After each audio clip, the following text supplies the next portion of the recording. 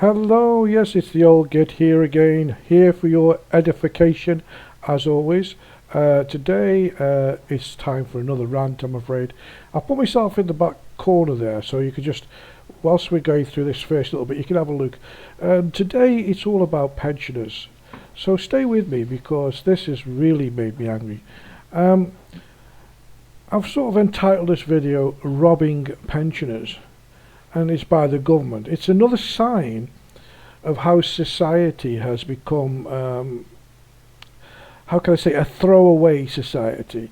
But and this side of culture is now spread to throwing people away. So not only are we throwing things away that we could probably, like when we were kids, we could reuse or fix or whatever. Throwaway society. Now it's a throwaway society for people, which is very bad. Now, first of all, this all looks very nice. There's pensioners there, and they're doing things in the community, and we'll keep that running for a little while. Whilst we just get into what I'm going to talk about, which really matters. Now, pensioners, as far as the new wave of people, the new young people, and the government have served their purpose, and they discard them like used pieces of toilet paper, and flush them away.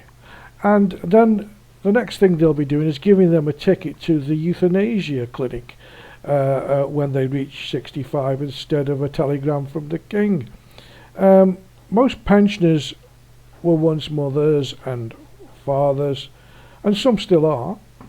And they fed you, they cleaned you, nursed you, protected you, supported you, and much, much more, which I just don't want to go into because it gets boring. But that's the nice thing about what they've done for you in a personal way. But what have they done for the country? Well, before I go any further, I've got to stop this little utopian film of people having a great time as pensioners, because it's not like that all the time. Other things happen. So let's get rid of that, and you've got just me on the screen now. Obviously sitting low down on my chair. Very hot here in Spain today, but I'm not going to digress. I want to get on with it. What have they done for the country? Well, they've worked, they've paid their tax, they've sacrificed their life through wars, they've protected your country in peacetime as well. They've built buildings, they've forged steel, they've dug coal, cleaned streets, healed the sick, researched illness, made many scientific discoveries for the better of mankind and for you. I'll probably figure that for you too.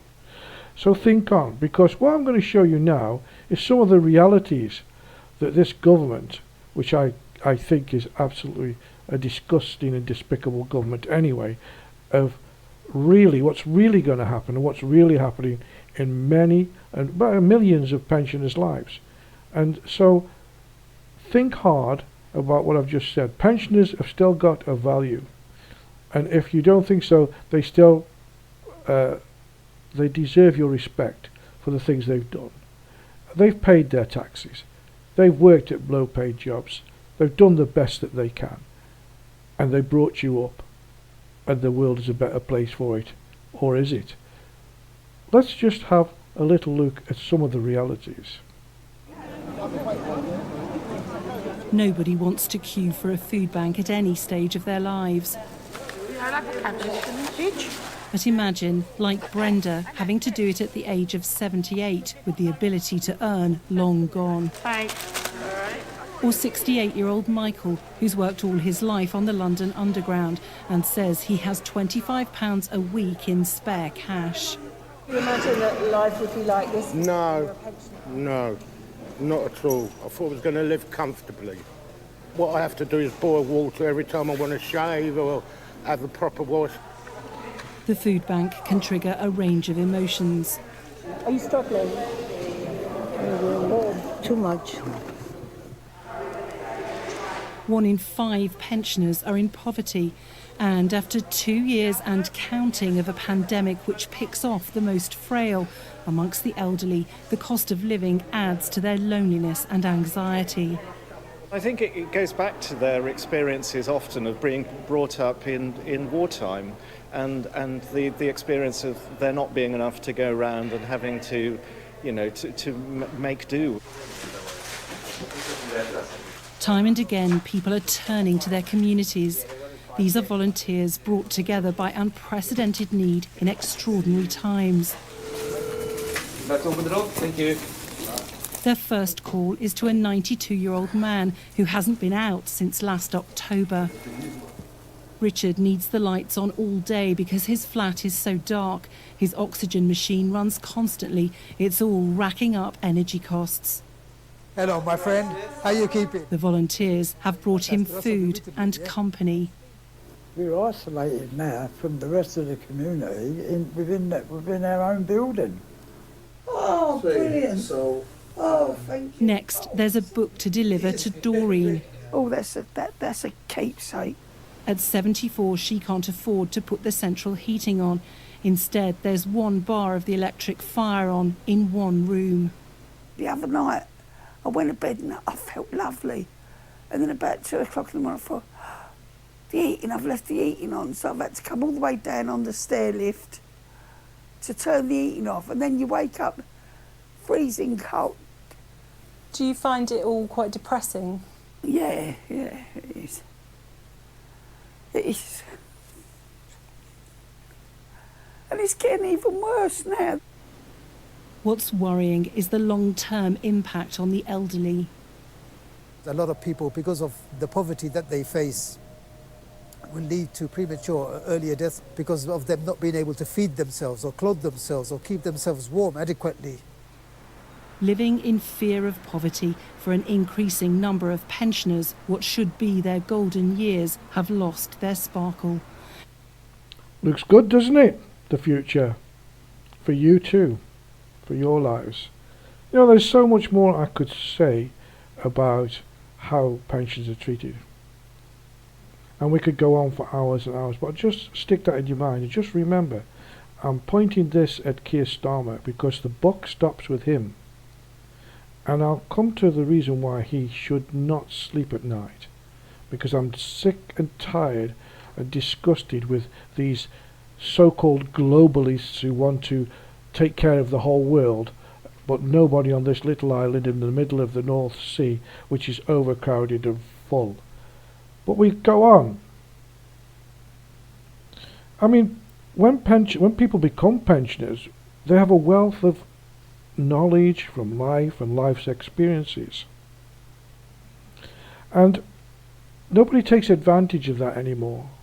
In fact, some of the young kids that go out there, 18, 19-year-olds, and they see a pensioner on the street or going to the cash point, they'd rather rob him than help him across the street. Let's put it that way. And that is so sad because society is becoming sick. Society is becoming a society without compassion. And that is very sad in my mind. Okay, we'll just move on because I want you to just grasp the full impact of what taking the winter fuel allowance and possibly cancelling single occupancy benefits for people who live singly, because most of them are pensioners as well. And listen to a couple of other pensioners who've got something to say. They're not the top of the class. They've probably worked pretty hard when they could. And now in ill health, in the latter stages of their life, what do they have to put up with? Well, you be the judge of that, will you? And watch this. Godfrey and Jeanette Ward have worked hard all their lives to afford their own home.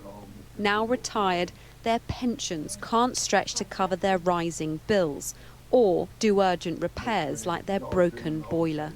How much would it be to get a new one? That's it. I think I said about 2,000 if we paid cash for one, which we can't afford. You can't afford it? So no hot water, no heating? That's correct. So where do you go, when you want a shower or a bath? Across the road. She has a shower and a bath. And she's told me I can go out any time I want.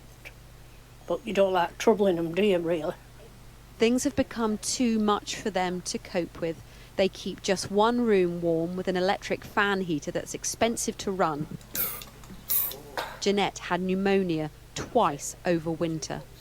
We've had 2 bad winters, and luckily we've got through it. But like Jeanette says, I don't think we'll survive another winter. Money is the main thing. I don't like asking for things. If I can't afford it, You won't get it. forget it. So I think it'll be a home No, for us both. no. But we don't want that. Wendy and Carol's next. A weekly lunch club run by Age UK is at least a chance to sit in a warm room and have a hot meal. As prices go up, their weekly food shop is getting smaller. We'll only have one more meal, and that's at tea time. Sometimes I go to the chippy, and sometimes I go to the pie shop. So, And even for a pie now at Reno's, it's £2.50 or more. We're trying our best to cope. It's not easy. The couple say that without each other, they couldn't bear this. A life after work that's now so full of worry, so full of fear. I put a little note on the bottom of there saying, and our message is for Angela Rayner. You come from a background, a working class background. You're supposed to be a socialist, although I'm not one of your fold. But I'm sure that you've seen people from from where you've come, where you've raised yourself from, who are in that position. And how you can put a price on the life of a pensioner. They've served their country in many ways. They've worked for their country. They've paid their tax. It's not a question of how much has been paid in. That's not the question. The question is you need to be paying your pensioners and thanking them for the life they've given. Pension's not a benefit. Pension shouldn't depend on how much has been paid in. Whatever was asked to be paid in, they've paid in. And if you think that they're only entitled to what they've paid in, that is ridiculous. There's many people in that situation who are living their life, the latter years of their lives, in poverty, too afraid to go out, too afraid to put the lights on, too afraid to have any heating in the house. And as I said before, these people have a wealth of knowledge. They've lived through many things, and it's there, and it can be used and utilized in many ways. You know, they deserve to live their life in a nice, comfortable way, however many years they have left. They've done their bit. It's your turn now, and it's your turn as people of the UK, of the next generation of pensioners, who want their provisions taken care of. Stop treating pension like, oh, they've only paid this much. It doesn't matter. The country's rich enough to take care of its pensioners. And I'll come on to that in a minute. Now, because the government and society has lost its respect for all people who made they made the UK great. They did, as I said before.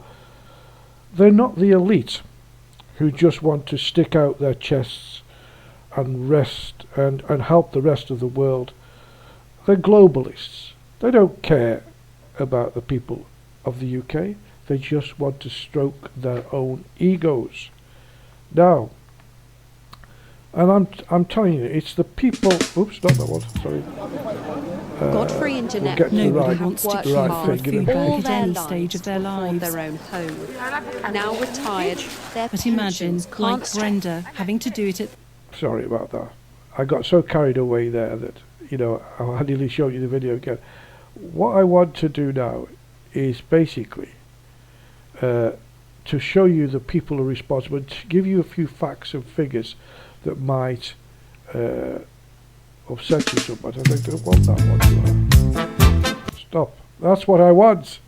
We'll come to him later, and I'll tell you why I put him on in a minute. It's great doing this live, and the thing is, as I've said before, I do all this on my own, for no money, giving my opinion on how things are going in the UK. I mean, I'm okay. I mean, I'm not rich. you know, this is my hobby, and I'm sitting over here in Spain. James Whale said to me the other day when I phoned him, I don't know if I should allow you on because you've run away. Well, I haven't run away. I've come here to survive, because I can't survive in the UK. Okay, but we'll carry on. We'll get back to it. Now, at the moment, and just think on these three mugshots up there, okay, who I'm sorry, I mean, in my life I've never really hated anybody, right? But for what these people are doing, and their government, and the buck stops with them, because they are the decision makers. All the other politicians may agree with it, but the buck stops with that man there, Keir Starmer.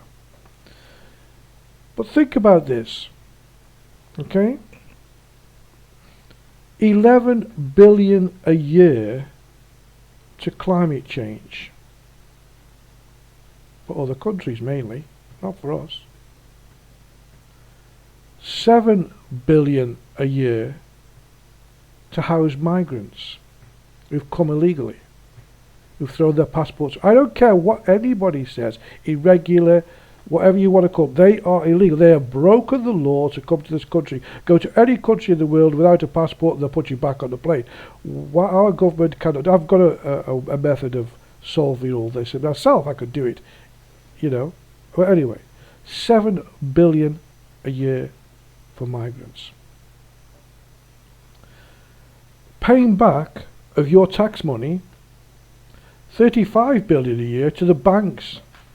That's to pay for their failures in their investments, in their predictions, in the thing. With the money they've printed for the government to pay out, and then they're going to pay it back. 35 billion.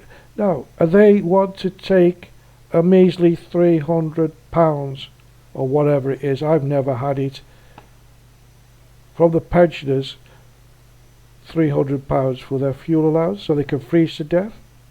The predictions by all the pundits there are saying if we had, or if you have a bad winter in England, there could be up to 4,000 deaths. Well, the blood of those pensioners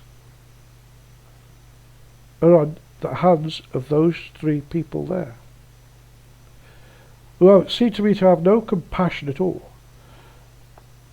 Rachel Reeves takes over £3,000 a year to heat her second home of taxpayers' money.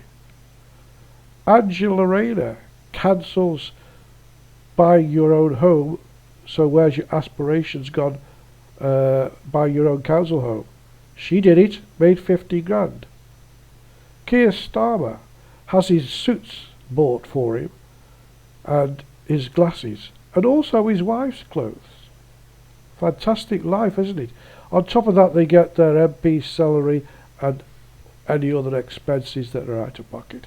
I think they should hang their heads in total shame.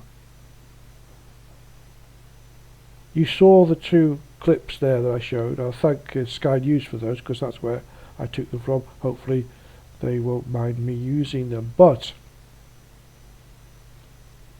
I have to say that if this is what a Labour government, who is supposed to be a government of the people, have got in store for you, then the next 4 years are going to be incredibly bad.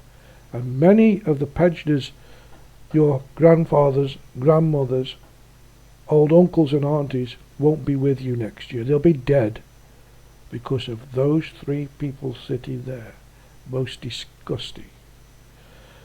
If I was a pensioner in England now, I'd be out on the streets. I would be protesting. I'd have a march, and I'd stand outside that conference centre with placards saying, murderers, blood on your hands, future blood on your hands, how dare you insult the pensioners of the UK in this way and give our money to all and sundry except the people who deserve it.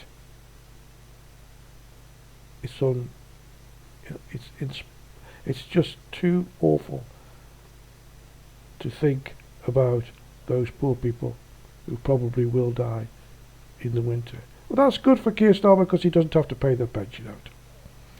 Okay, you know, it's said that you get out of life what you deserve. But not for pensioners. They deserve much more. And you, the government, can give that. And they deserve to live out their lives with dignity and respect. Pensions are not a benefit. They are your right. Because the day you will find yourself a pensioner, all you people there will find yourself a pensioner. And if this continues the way it's going, you'll be getting your ticket to the euthanasia clinic when you reach 67. You think I'm joking? These things can happen. I mean, there's no compassion in society now. We need to get back English values. You need to get back on track. Start caring for each other. Because all I can see is the UK going down the tubes, and even more with these. So, all I've got to say is I've said it, right? And I know who to blame. And when I see people who I know dying of the cold, malnutrition, flu, pneumonia, I'll look at these 3 pictures and I think, I hope you sleep well in your bed, but I hope you have nightmares for the rest of your life, because you 3 could solve this problem in 5 minutes. You want to be seen as a government that's doing good? Then do good. Okay, the old gets at his rant. I'm sorry again, this camera's still flickering like a good one. It's getting old like me, I suppose. That's all I've got to say today. I think I've said enough. I'll just go back. Before we do, I just mentioned that you've got to go and watch Best Before TV. Lots of new things on at the moment. I've got things like The Saint and The Persuaders. You know, it is www.bestbeforetv.com. You can watch it 24 hours a day, totally free. I make no money, and it's all for you. You know, some people give things away free, and that's me. Right, I'm not going to finish with my normal bye-bye. I'm going to finish with what it's the guy who flicked on a minute ago. His name is Michael Mountain, and he's made this song about pension. And I'm making this the pensioners' anthem. So when you see the video, copy the song or go to YouTube. You'll find him on there. His name is Michael Mountains. Okay, Michael Mountains. Record it, download it, or do whatever, and pass it on to everybody, because he wants his pension like you want your pension. So right now, I'm going to say it's time for me to go. I'm very sorry for being so serious. Well, I'm not, because it's a serious game. And politicians, to me, are killing the country and killing the pensions. Until the next time, stay safe. And through my flickering camera, I'll say, welcome to Michael Mountains and goodbye to you.